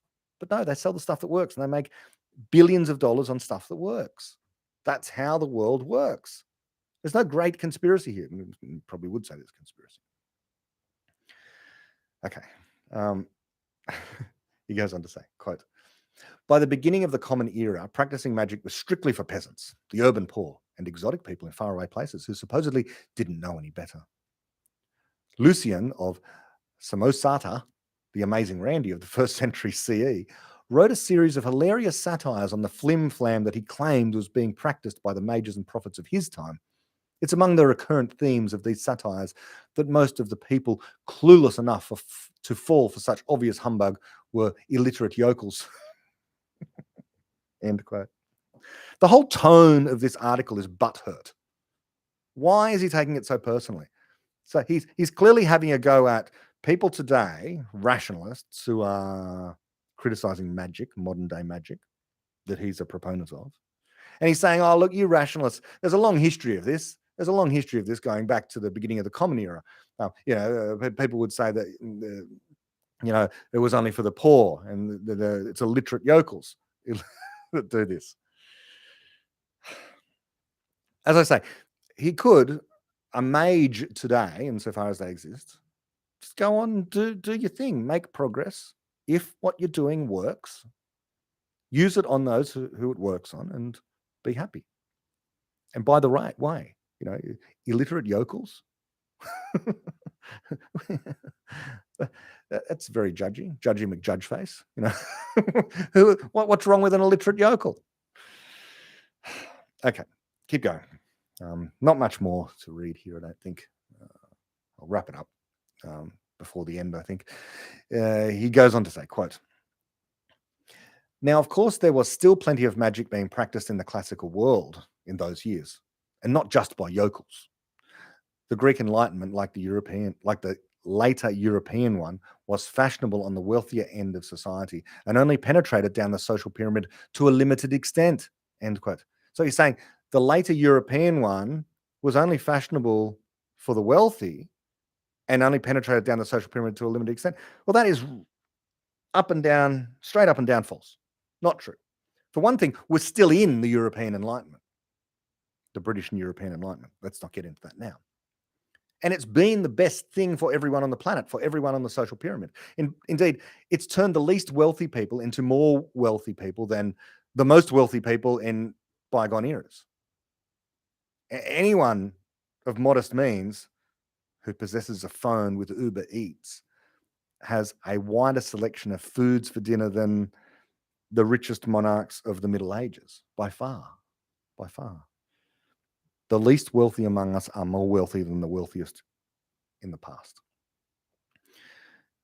And it's egalitarian, this European Enlightenment, which continues. After all, many of us, Elon Musk, let's say that Elon Musk is the richest person in the world. I don't know, the richest person seems to, the top 3 places keep changing, don't they? something like that anyway. But all of us are equally wealthy compared to Elon Musk in certain respects. I mean, anyone with the very latest and best iPhone has a phone that Elon Musk himself cannot best. The Enlightenment equalizes, and reason equalizes, in a way that traditional wisdom, kept and guarded by experts, perhaps expert mages, doesn't. Priests and prophets and cultists and people who come from supernatural traditions, they tend in the authoritarian direction. And this is something that, the scientific tradition rejects. It rejects that. Perhaps in rejecting that, we're not supposed to simply bow down to the authority of the person who says this magic works. I don't need to test it. And any attempt to have me test it is itself a biased form of patriarchal Western society. Our standards today, our criteria for reason and progress are better. We've learned something.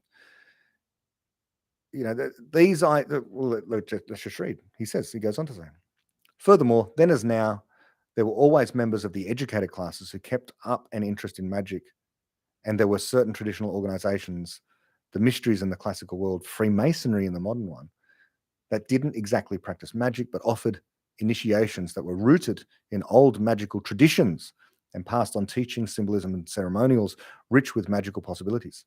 End quote. No doubt. Yeah, those traditions were also rich in authoritarianism and secrecy. Not exactly the way we do things now with our openness and egalitarianism and value of the individual's capacity to generate knowledge and be in charge of themselves, rather than defer to the authority of the wise men and the mages.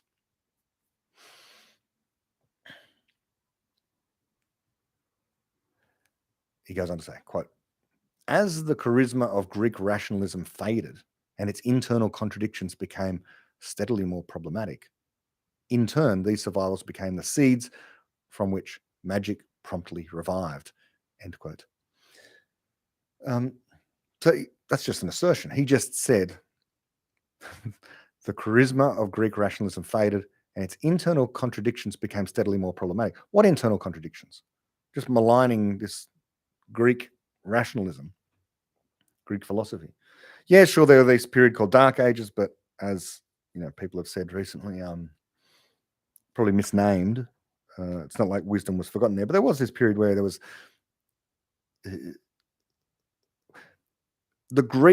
ancient Greece was a mini enlightenment. Rapid progress was happening, certainly in philosophy, mathematics. Who knows what would have happened to Athens if it had have persisted for longer? But that knowledge was stagnated for a while. Once ancient Greece ceased to be the powerhouse of progress that it was, and the Middle Ages, Dark Ages, Middle Ages, was much more slow progress. So what the author of this article then goes on to say is, this is part of the cycles thing, so I'm not going to read through it. He says that magic comes back, and Christianity was infused with magic. I don't know anything about the history that he's giving in this paragraph, so I don't want to read it because I don't know if it's true, and I don't know about that knowledge at all. I'll just skip to where he says, quote, this same pattern, so he's just talked about the rise and fall of magic, can be traced in the life cycles of other civilizations, in India, for example, where the local version of the rationalist revolt going on in the 6th century BCE, and in China, where it took off a little later. Today's rationalists like to point out that Greek rationalists, Indian rationalists, and Chinese rationalists, not to mention their peers in other civilizations, didn't embrace the same beliefs as the current example of the rationalist species. And of course, they're quite correct in saying so. They run off the rails when they insist that because people in other civilizations didn't embrace the peculiar way that modern industrial civilization constructs the world as the plain unvarnished truth, this means that these other rationalisms weren't really rationalist. End quote. So again, this is he's got particular people in mind.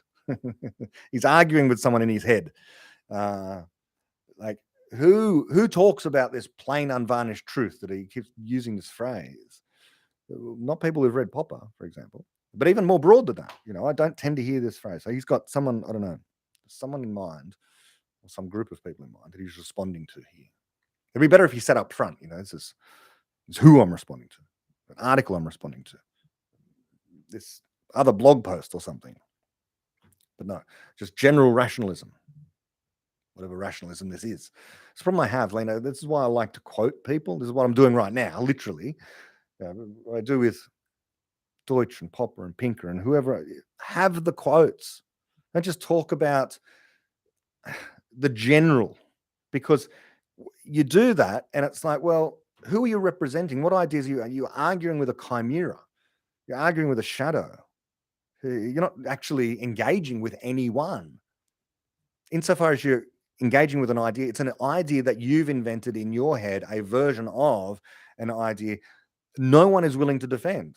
This is the case of straw manning. You can't straw man someone easily when you quote them in full at length, I should say. In full, yeah. Don't say, so what you're saying is, okay, that old trope. That he's providing a summary of what he regards as rationalism, but I don't know what it is. I don't know who's talking about it.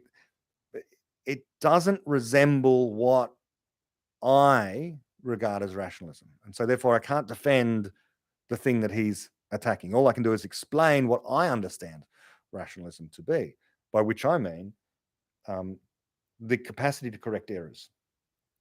That's it. That's what rationalism is about. The stance of trying to correct errors for the purpose of making progress and improving things.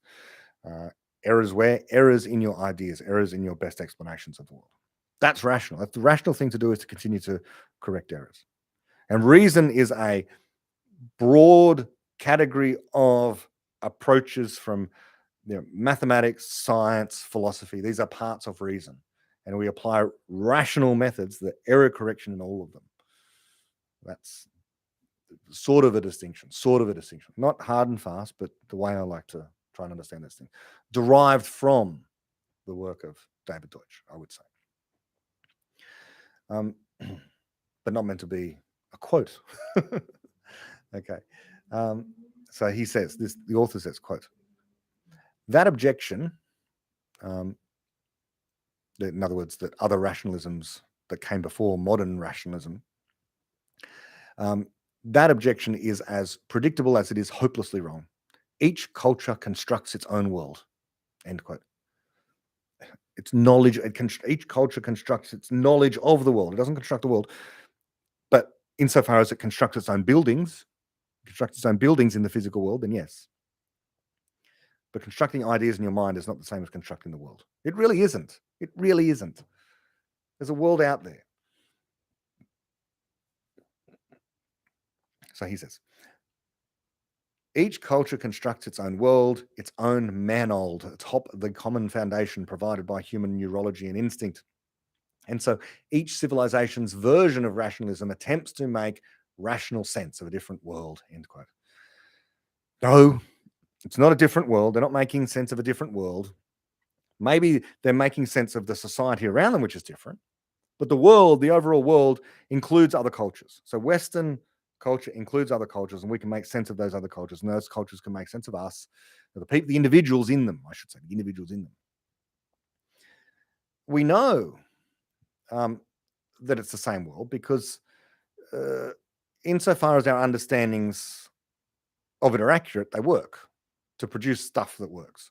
Either the knowledge that you have is going to get your rocket to the moon, your vaccine's going to work, or your computer computes or it doesn't. There are objective measures of these things in terms of technologies, advancements, predictions, and the observations made.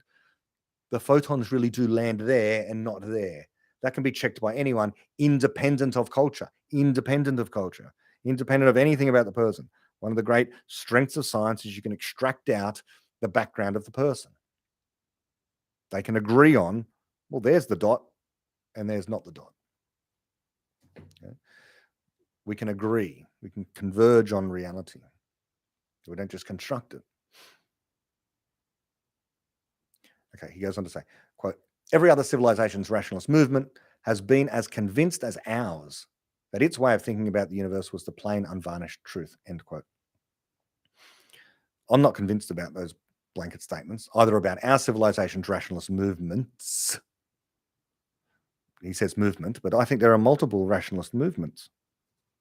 We know that there is this schism between various people calling them rational. I've already said one, like Steven Pinker would say he's a rationalist. I suppose I would call him as such, but he's not it wouldn't be a critical rationalist. He doesn't seem to endorse conjectural knowledge, for example. So there's one difference. So yeah, critical rationalism, the idea of conjectural knowledge, fallibilism, so on and so forth, is all encompassing, doesn't a priori rule out anything that's not science by any stretch. It doesn't rule out, and even Wittgenstein, he doesn't rule out religion as well. He just said you couldn't talk about it. He said it could still exist. Popper would say you can talk about this thing, insofar as it's a claim about the world, and the world doesn't just mean physical world. Anything, any claim that can be made can be assessed, can be critiqued, can be explained. So it's all encompassing. Now, he speaks there about other civilizations' rationalist movements. Well, look, how many of them were there really? I'm just taking it on faith. Does rationalist just mean an attempt to understand the world? So the Chinese had their attempts to do this. Ancient Greece did. The people in the Middle Ages.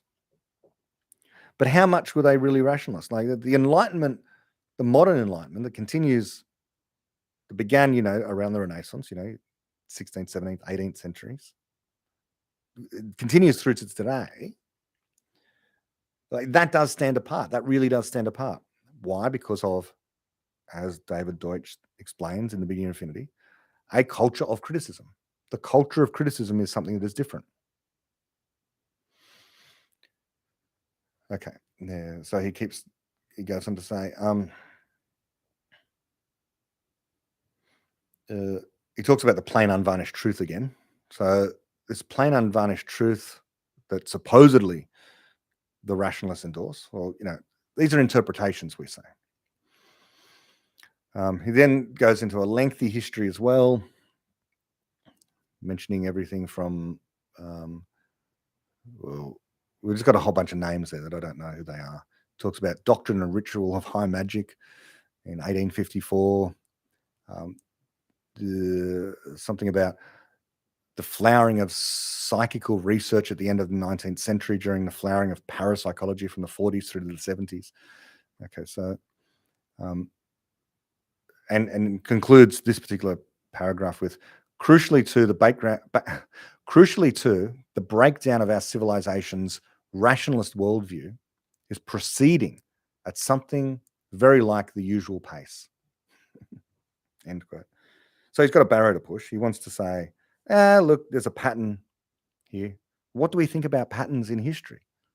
They're not bound to repeat. That's historicism. That's the poverty of historicism, this idea that you can look to the past and say there were these cycles. I'm not convinced there are these cycles. Let's say there were. There have been. That doesn't mean that it's going to happen in the future. This idea that the breakdown of our civilization's rationalist worldview, I don't see that at all. I see accelerating growth. I see improvements all the time. I see every reason for optimism. There are blips and there are concerns, there are problems because we are never in an unproblematic state. That's what animates us to talk about the problems. But the overall trajectory is onwards and upwards and better and more progress and happiness and joy and fun. And it's great. More wealth, more people. Rational approaches to the world are improving everything across all areas. Scientific, philosophical, moral, dare we say spiritual as well. We have embraced recently over the last few decades, because of the promotion of some people, a new kind of spirituality, an enriched spirituality. Now, people are even returning to traditional religions to some extent. So far from, this downcast view of the breakdown of our civilization's rationalist worldview. I don't see that at all. I don't see any indications of this. I think this is someone with a barrow to push that, obviously is upset with some people, wants to say their vision of magic is somehow or other worthy as a competitor to the scientific worldview. I would say, just insofar as it works, do it with the people that you do it. You don't need to proselytize when things work. And why be so down on reason and rationality? Like, he's having a go at rationality throughout this. It's called the clenched fist of reason. Why be so down on it? The whole point of reason and rationality is it just embraces the practices that work, insofar as we talk about things that are good for people. It's only a threat. It's only a threat and a worry. It should be only a threat and a worry to liars, boasters, those exaggerating, those who make claims that won't work when tested. And what's wrong with that kind of rationality and reason? What's wrong with protecting the vulnerable when they need protection? We may need more of it. I'm not talking about government intervention.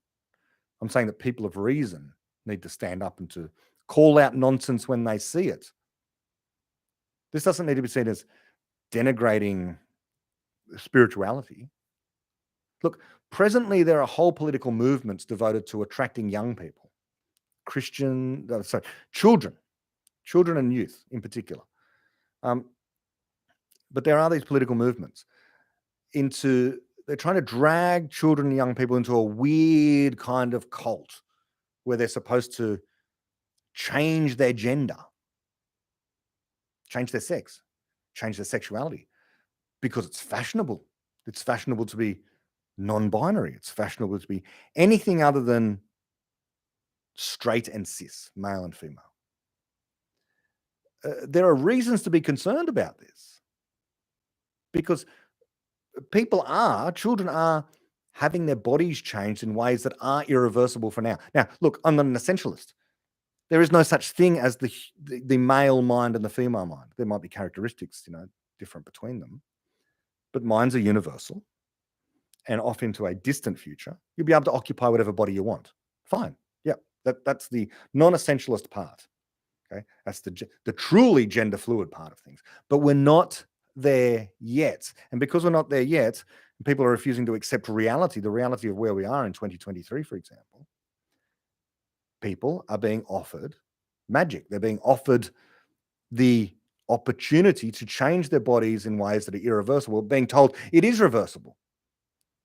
Now, the most vulnerable, young people in extremis, young people who are depressed, young people who are confused, and weren't we all when we were of a certain age, they've got little defense against this. Often precisely because the forces of reason have relinquished the ground to those with untested and untestable claims. Or rather often, claims tested and shown to be awfully damaging, to be refuted by actual results in the real world in a large number of people. Girls who've had hysterectomies as young teens because they claim to be boys, but no one criticizes that claim. And they may be claiming to be a boy, not because they really feel like a boy, because they want attention. There's some other need they have being served by claiming to be a boy, and they're ushered into the operating theatre to have their reproductive organs removed and supposedly their gender changed. We might say the doctors that are doing this are offering them magic, magically transforming them into a real boy. But of course, then the girl, and these stories are becoming more common. Then they turn around at age 21 and say they regret it all and they want to sue because no one ever challenged them. No one ever said, this might not be a good idea. Sit down and let's talk about this. Let's reason this through. Let's think rationally, not entirely emotionally. Let's understand stuff here. When they say you can reverse this, you can't. Maybe one day in the future, okay, when we've got cybernetic bodies, we can do this. But we're not there yet. We're not there yet. This is the compassion of reason and rationality, to recognize a problem in the world and to correct it before it becomes uncorrectable, before we do a thing that we can't reverse, because entropy is a thing and imperfection's a thing and limited human knowledge is a thing. That's not a clenched fist. That's the hand of help to people in distress. And these days, with respect to that very issue that I'm talking about, people being manipulated politically, this is the reason for rationality and reason, among many other things, not to mention progress in society, of course. So don't be upset.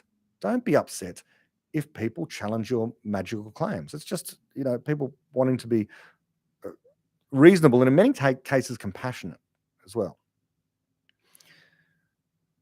Okay,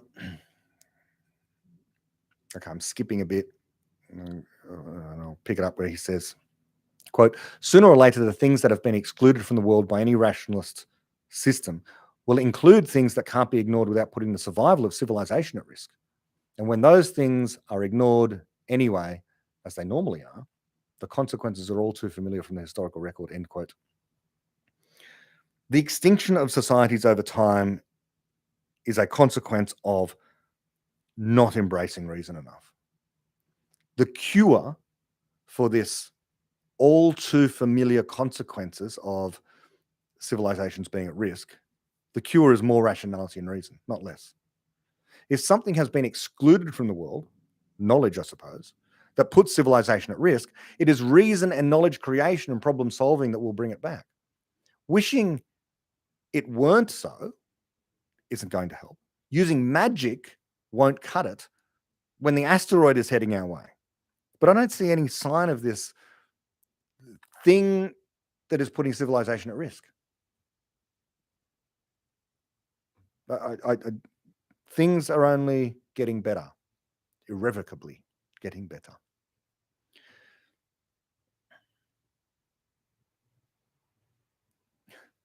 Okay, so he goes on to say, quote, that's why rationalist movements in their final years, when it finally becomes impossible to ignore these things any longer, always end up making peace with the realms of magic, myth, and religion.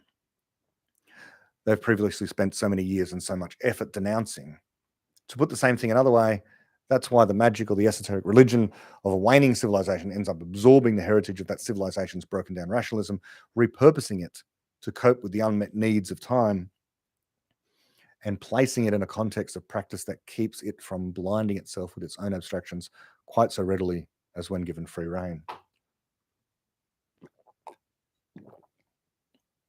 End quote.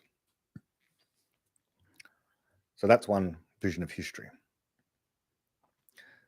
The history of the world, however, is a history of static societies that rejected reason and progress and error correction and rationality, eventually to some degree or the other. Dominated by anti-rational memes that slowed progress, these societies eventually failed to make any progress. Their means of error correction was destroyed, switched off in their minds by hoping that magical thinking could save them. That was their circumstance. That could be our circumstance, but it doesn't seem to be.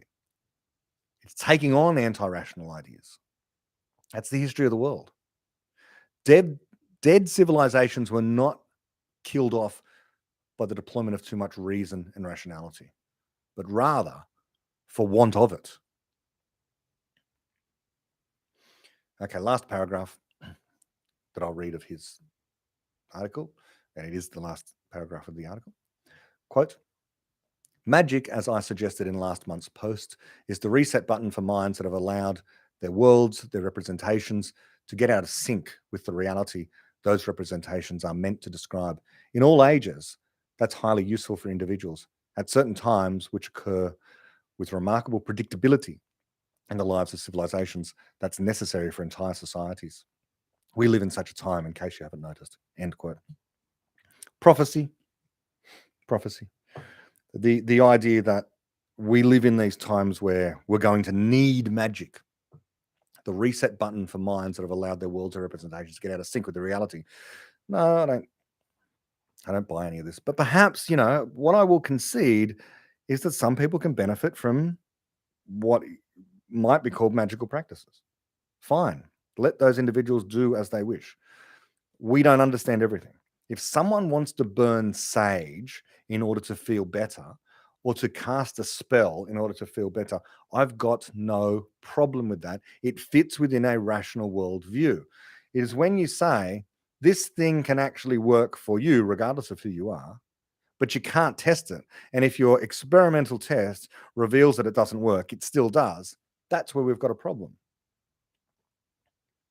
Russell Brand, I noticed recently, he's into all this magical stuff. But I noticed recently in an interview, he said something quite funny and telling. He said that when his pregnant wife was in pain, he didn't want the Reiki healer in the house. He wanted the Western trained doctor in the lab coat with the pills and the injectables. Quite right. When the chips are down, you want the best explanations. When you're mildly psychologically uncomfortable, and Western medicine and science and reason hasn't got much to offer because it hasn't paid much attention to the minor inconveniences of life, then maybe magic can help. Maybe it's better than nothing. Maybe at least it can, casting this spell, saying these words, burning this thing, candles, whatever, can at least distract you for a while from your boredom and depression. And I imagine that certainly can be a problem for some people. There's an epidemic indeed of boredom and depression because people have failed to find the problem to fall in love with.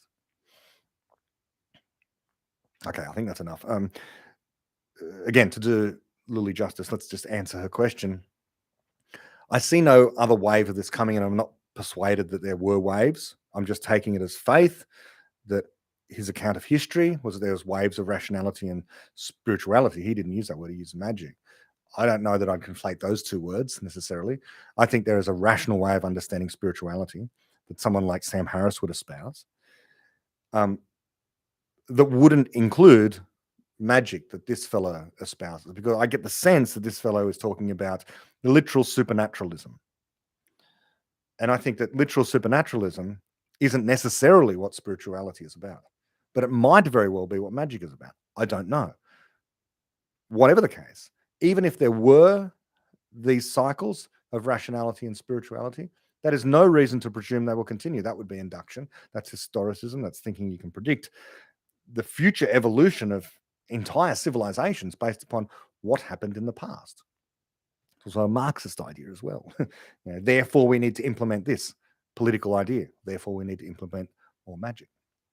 It's one perspective on the past. I think that our story is more like a tale of people repeatedly escaping darkness and stasis. Perhaps some useful stuff in that process is rejected along the way, but reason and rationality are the processes by which you can, indeed you will, rediscover it if it's a solution to the problems that you have. That's what reason does. And individuals can do this. So individuals who want to pursue magic should do so and test for themselves in the laboratory of their own minds and their own life experience the degree to which this thing works. Popper's message is spiritual, if you like. It's the thing that gives life meaning. It's the thing that can fill the void that maybe people who turn to magic are trying to fill. Find a problem and fall in love with it until you find a solution. But even when you do find a solution, you'll find children problems, which are even more delightful. That sounds pretty magical. And it's certainly rational. It's a nice place to end, I think. Until next time, bye-bye.